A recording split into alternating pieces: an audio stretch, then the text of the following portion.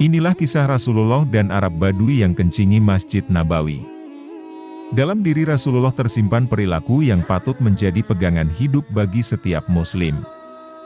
Seluruh perbuatan Rasulullah berisi kebaikan, sehingga bisa menjadi suri teladan.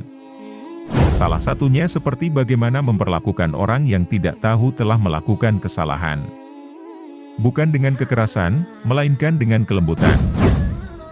Kisah tentang Arab Badui yang mengencingi Masjid Nabawi bisa menjadi cermin bagi kita bagaimana menghadapi orang yang tidak tahu telah berbuat salah. Kisah tersebut termuat dalam kitab Sahih Muslim. Suatu hari, Rasulullah dan para sahabat sedang berada di Masjid Nabawi. Mereka pun kedatangan tamu orang Arabi atau Arab Badui. Tiba-tiba, si Arab Badui tersebut kencing di dalam Masjid Nabawi. Seketika, sahabat mengerubungi orang itu, meneriakinya, menyebut kelewatan. Rasulullah langsung menghalau para sahabat. "Biarkan saja dia sampai selesai," kata Rasulullah. Setelah si Arab Badui itu menyelesaikan hajatnya lalu pergi, Rasulullah meminta sahabat untuk mengambil air 1 timba.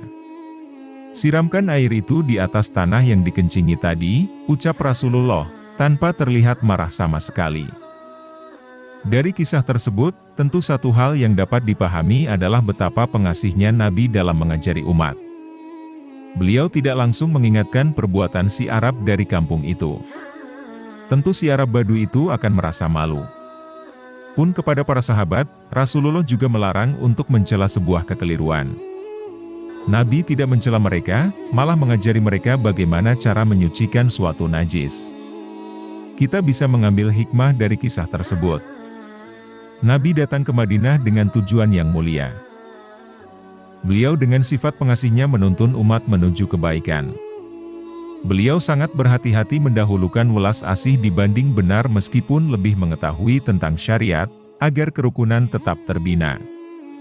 Jika saja dalam kisah tersebut Nabi langsung menyentak si Arab Badui, siapa yang tahu kalau ternyata si Arab kampung tidak akan mengikuti ajaran Nabi. Kalau beliau membiarkan para sahabat mencela bahkan menyakiti orang itu, bisa saja ada konflik-konflik yang akan terjadi. Selain itu, Nabi juga mengajarkan bahwa mencela tidak akan menyelesaikan persoalan, melainkan mengajarkan umat bagaimana menjadi pribadi yang membenarkan orang lain dengan santun serta mencontohkan solusinya. Melalui peristiwa tersebut, para sahabat akhirnya tahu bahwa cara mensucikan najis akibat kencing adalah dengan menyiramnya. Ajaran sederhana itu pun akhirnya kita pahami hingga hari ini, karena keteladanan Nabi menyampaikan syariat dengan santun. Demikianlah video ini, semoga bermanfaat.